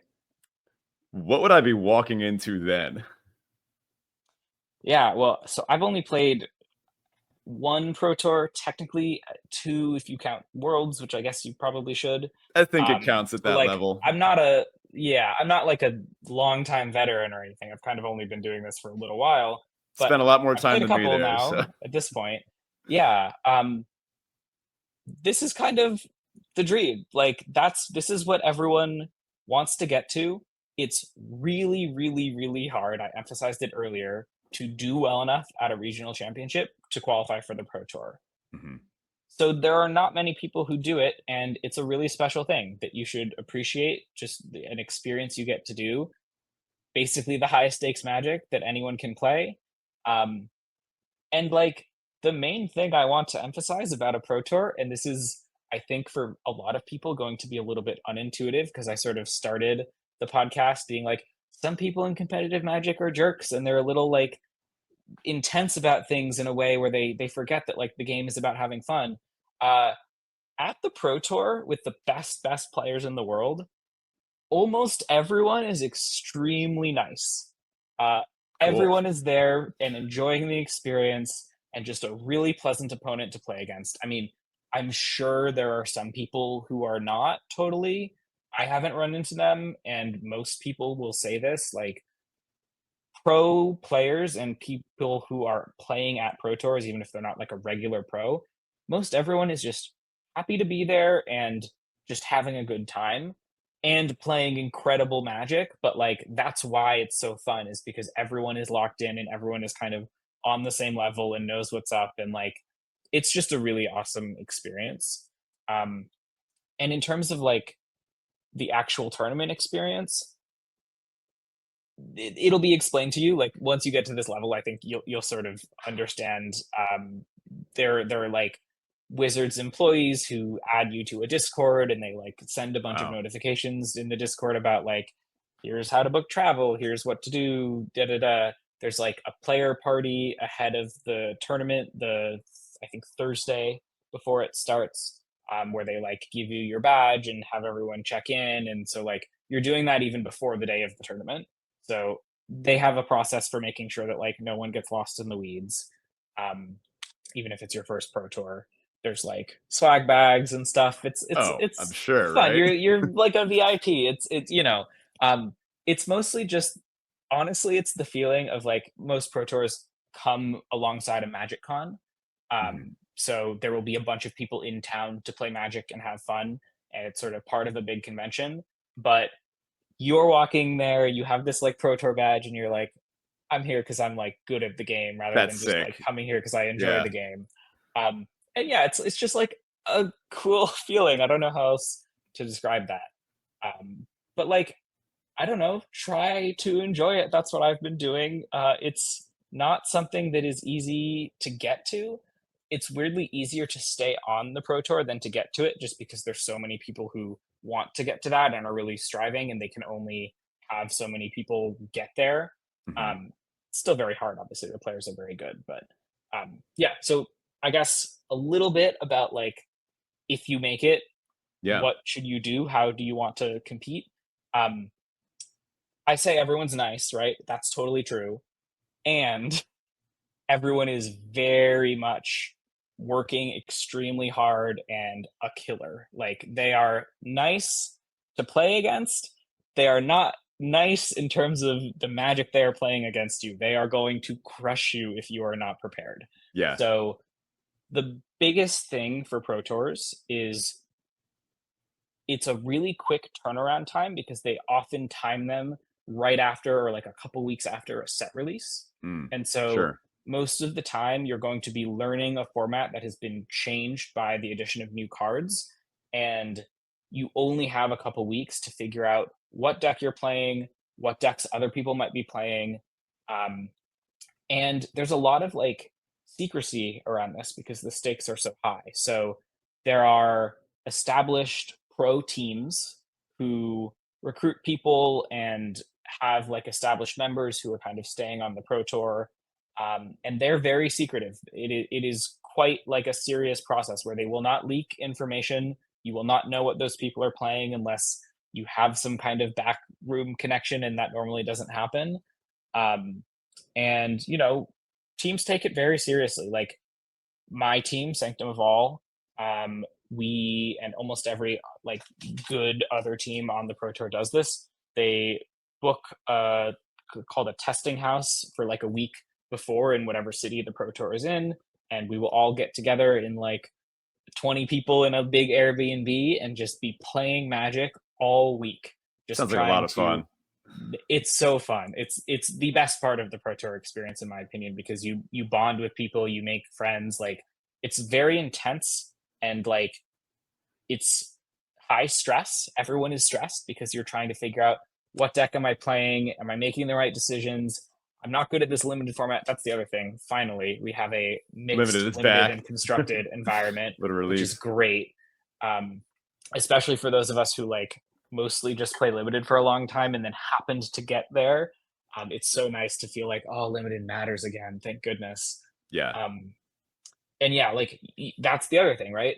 It's quick turnaround from a set release, so you're learning the draft format and the constructed format at the same time, which is just so much to absorb in like 2 weeks or three Mhm. weeks or whatever, like however long. You got to get really good at it really quick. Um, and yeah, you have to be a jack of all trades, both limited and constructed. Uh, the structure is a little bit different from RC's. It's not, I guess, super important because like you're just trying to do as well as you can, but you need to go 4-4 or better on day one to make day two. So it's a lot more lenient than needing to go 6-3. Yeah. But obviously the competition is higher. Everyone's really good, so going 4-4 is an accomplishment. Um, and then top eight, I don't know exactly, but it's usually like X and three, kind of similar to the 12-3 at the RC, but it's fewer rounds. So like I think it's like 10-3 or 11-3, something like that. Um, no, that's not right. You play 8 rounds both days, so it's 16 rounds in total. Um, so I think you have to go like 13-3 to make top eight. At the pro level, that's obviously That's insanely something else. difficult. Yeah, these are about like 300-ish person tournaments. And yet Um, people have to do it just by the nature of the tournament. Someone will People be do that it. person, you know? Right, exactly. Some 8 people, and it's kind of shocking how like some of the best players who I'm still trying to reach that level, like do it multiple times and do are in the Yeah, running for that consistently. Like just shows how much skill there is in Magic. Um, but I would say like the main goal, especially if it's your first pro tour, is to stay on, right? And how do you do that? Well, obviously you got to make day two to start, right? So 4 and 4 accomplishment worthy of celebrating. Like making day two of your first pro tour is impressive and worth like being proud of. Um, but if you go 10 and 6 overall, you get an invite to the next pro tour. There are these things called AMPs, adjusted match points, that I'm not going to explain here. It's never not even worth heard of getting it. into. Yeah, most people haven't. Mike Provencher, who I shouted out earlier, has like a tracker for them, but Hmm, essentially all you need to know is you need to go 10 and 6 or better to make the next pro tour, and then if you start chaining them together, there are like more kind of rewards, like qualifying for worlds and more future pro tour qualifications based on interesting. that. Um, but the goal is really to just do well enough to stay on, and then that will kind of cascade into like more things. Is the best way I can put it. The system is very Sure. confusing. No one fully understands it, to be honest, but like that's really the goal. It's kind of cool that it's almost the same as just like the RC or even the pre-release level. You showed up to play good Magic, sit down, win your game, repeat. Good stuff happens after that, right? Whether it's prize packs or a world's invite. Exactly, right, and that's the mentality that I think you should have at every level of this process. Like, to me, the best reward I could get at a Magic tournament is the opportunity to play more Magic in the future. Yeah.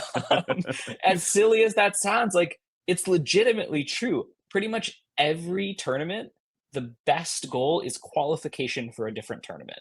Yeah. Um, that just shows like how much we love the game. It's all about just playing against better and better competition and like proving yourself and having the chance to be there in that room playing against people who are really good and also worked really hard to get there. So yeah, that's the whole chain of this process. We started from like pre-release and very casual and just like learning the cards, and then all the way up to this super intense and super prestigious like pro tour thing. But at the end of the day, everyone who does this, who like wants to get into competitive Magic, has something in them that just says like, I want to try to see how good I can get at this, how Mhm. far I can go, how much I can accomplish. And this is a game that like luckily has a deep long history and a big competitive tournament scene that you can go really far, and it's really hard, and you can keep pushing yourself basically until like the theoretical limit of like how much a human can care about this and how much effort they can put into it. It's a really beautiful game, and I'm just super grateful that like we have this community, and this like whole tournament scene. I just think it's like one of the coolest things that I've ever come across. It really is. And I've honestly made some really close friends along the steps of this ladder, both pre-release all the way up to RCs. Yeah, I'm looking to make friends at this upcoming tournament too. And it's all about that shared experience. I'm sure you said with the testing house, I mean, such an intense shared experience like that. I mean, I'm sure you have great memories from that whole week. Yeah, I mean, so like this is a little bit weird to admit, but to be totally honest, for a long time in my life, I sort of made a distinction between like magic friends and like real life friends, Sure, yeah. which I think maybe a lot of people do a little bit, just because to some extent it's just like if you're both into magic and that's kind of what you're doing, it's a lot of what you talk about because there's just so much to talk about. There's So always there's not a something lot to of talk time to like about. talk about your life, right? Yeah, And don't get me wrong, like I checked in with my magic friends, I cared about how they were doing in general, but it was just a different relationship from my like friends that I made in college or whatever. sure. Um, but since I started doing like being on Sanctum and working with these people really closely and being in a house with them for a week where we have to coordinate meals and we have to cook for each other and Yeah. in this like people have breakdowns at different points, being like, I don't know what I'm doing. I feel so lost in this limited format. Like, help me out, whatever. Um, you bond with people, and I started just being like, oh crap, I really care about these people. Yeah. As Yeah. like corny as it is to say, it's just I think there's something to be said for trying, and like that connects you with people. And everyone in this is here because they care and they're trying really hard to do something that's very difficult. We're all doing it against each other to some extent, which can create weird feelings, especially if people sort of don't approach it in the right way, which is kind of the stuff I, was mentioning earlier. And I don't want to scare people away with that. But Mhm. like ultimately, it's a really, really fun, challenging in the best possible way of like growing as a person experience, and that's inevitably going to bond you with people. And that's definitely, it's about the gathering. It's like the cheesiest part, but Yeah. it's totally true. Yeah. So, listener, thank you for joining us on this journey, and we challenge you to that very challenge. It can be difficult to take the next step in the competitive scene, but wherever you find yourself, you'll also find people that are in the same boat, have the same experience, and are there to help and make friends with you too. So, with that, I think we should jump into a Teferi and Tybalt. How's your week been, Ryan? What's going on with you? What's new? What's exciting?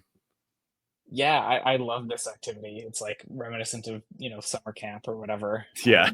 So my week's been interesting. So I'll start with the Tybalt just because it's like the easiest way to talk about my week. So I was getting back from this wedding of a college friend, a long time, really close college friend that was in Portugal, which was awesome. I got to Really cool. Yeah. see like some of my family who I've like never really met before because I'm like part Portuguese, which Wow. is very cool.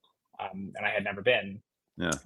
But I have like chronic pain issues, and there was a lot of jet lag, and I wasn't getting a Mm. lot of sleep. And so my body just kind of was not feeling it for that week. And then since I got back, I've also been adjusting to jet lag and just a lot of like management of the kind of chronic stuff. So that's the Tybalt, the thorn, this week. But I've also, and I called this out a little bit earlier, been having a really great time this week with Blueprints, this Mhm. new video game that is kind of the rage a bunch of Magic players currently, at least the ones I'm friends with. Um, and this was actually created by the maker of another free tool that we have so many of them in the community, Mythic Spoiler, if people are Yeah. familiar with. So many Magic players check this. It's like the number one go-to source for spoilers of new cards before they come out.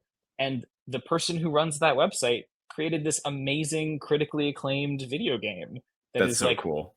becoming an indie darling. It's so cool. And I've been playing the game.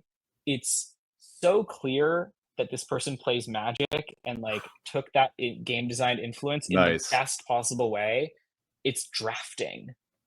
You're like Okay. doing, you're reacting to random information and like different, they're rooms, they're not cards, but it's just like drafting cards basically. Um, and it's a puzzle game. It's super deep. If people have played Outer Wilds, which is one of my favorite video games of Oh all my time, god. it All right. scratches that itch. I'm sold. Um, it is a beautiful game, and so I just wanted to shout that out. The past like 4 days, it's been hard to do anything else. I've basically only done the plans I've had with friends and stuff, and then the rest of my time has just been deep diving into this game. I should probably be doing a Wow. little bit more RC prep, but that's for this week. That's It's a so wonderful game. So interesting. that's definitely my Teferi. Cool. So I'm not even clear on how the game functions. I have heard of it. A couple friends texted me when like I heard of this game and I heard it has something to do with magic. Like, have you heard anything about this? But is it like FPS or is it what's it look like? No, so it's like a puzzle game, and it's totally like it's in a very minor way real time, but not really. Like you can basically drop your controller and just think for 5, 10 minutes, whatever, like at any Okay. point, and it's totally fine. So it's a very slow paced, like do it at your own. It's almost like turn based in a way. Um, the best way I can describe it is that you're building a house. So it's very like Mm, architecture kind of themed, but interesting. you're drafting rooms to build your house with. So, and then you're Okay. solving mysteries as you're exploring this house that you're building. And you go through like multiple days, and each day you get to build the house in a different way. And you're like solving the mystery of this estate that's been left to you by your grandfather I see the Outer as Wilds you do connection that. now. Yeah. Yeah, Oh man, yeah. It's very really cool. compelling. I really could not recommend it more. Okay. I had been I mean, to get into my table a little bit here, it's the end of the school year. I've got about a month left, and it is just crunch mode. So I have a list of Mm, things that I've been waiting to do when the school year ends, and this is going on the list for sure because I've heard excellent.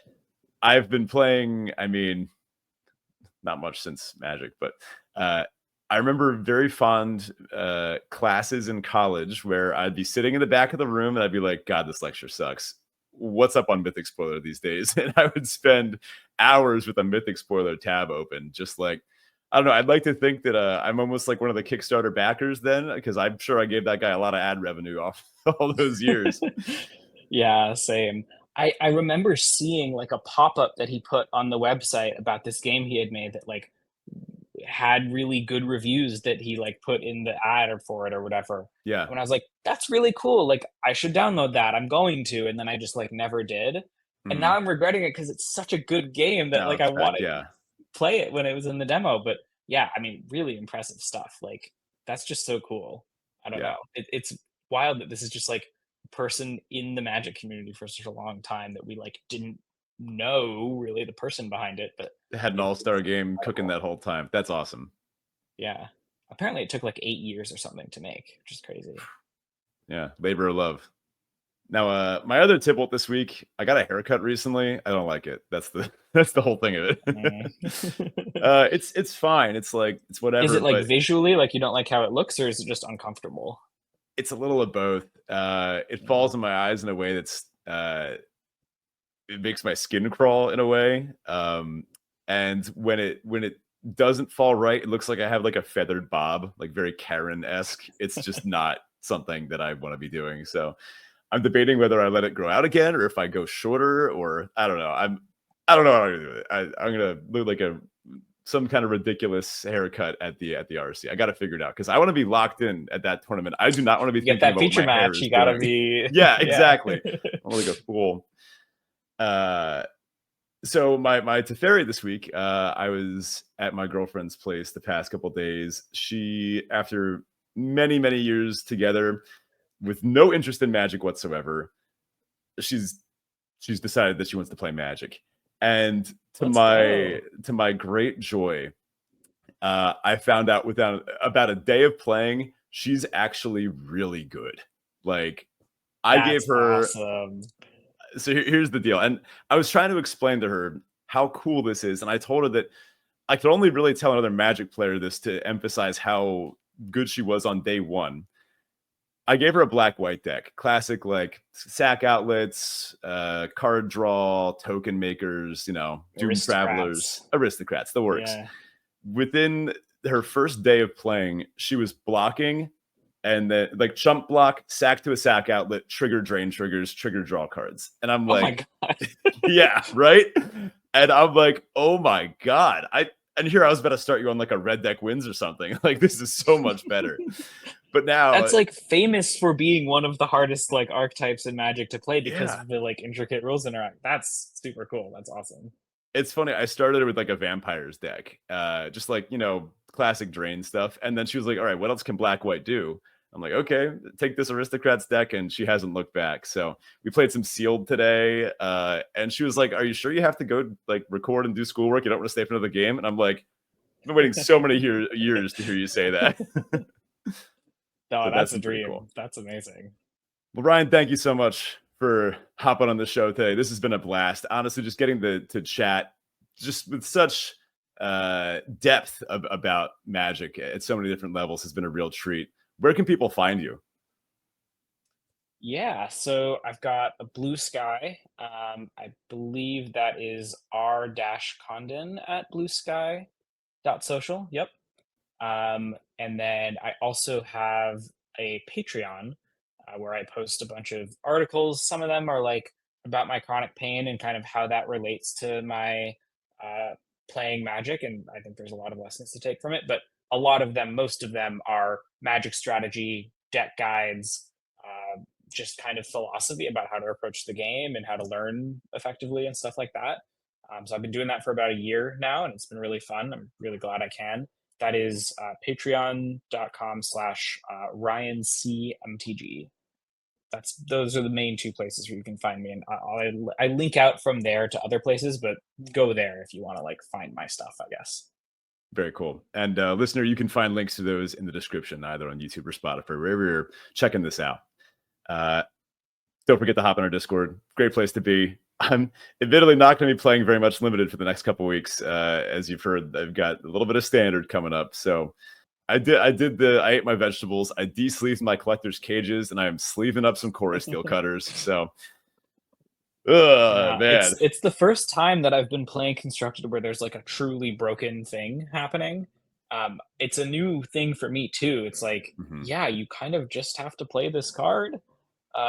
There's strategies if you don't play it, but you have to keep it in mind no matter what you're doing, I guess is how It's to put it. format And like, warping. I don't know how much I enjoy it, but it's kind of an interesting new experience. Hmm. It's going to be an experience for sure. All right. Quick sign off. We happen to be recording on May 4th, as in May the 4th be with you. Do you have any interest in Star Wars whatsoever? I used to be really into Star Wars as a kid. I was like of the generation you probably were too, that where like it was Phantom Menace, Attack of the Clones, Oh, Revenge of the yeah. Sith, which were not super critically acclaimed, but I think were great movies for kids. Oh, yeah. Just super like fun and cool and like silly. And I love those movies. I was even like before Magic, one of my obsessions, which I think tracks because it's like a collection based thing too. Star Wars miniatures. I used to Cool. really love and like would go to hobby shops and have my parents like buy me a pack of them, which clearly like carried over. Um, but not since then much. I watched like the new trilogy. Mhm. I thought it was well. I thought the first two were really good, and then the third one was like atrocious. Sounds like It we've had a basically very put similar me off of Star experience. Wars. Yeah. Yeah, and so since then I've just been like, oh man, this is like Disney, not super interested. Um, I did watch Andor, which was extremely good. That show I'm going to watch at some point. I know season 2 is out, so I'm still like a Star Wars fan in the vaguest sense, I guess is how I'd put it, and Yeah. used to be quite into Yeah. it.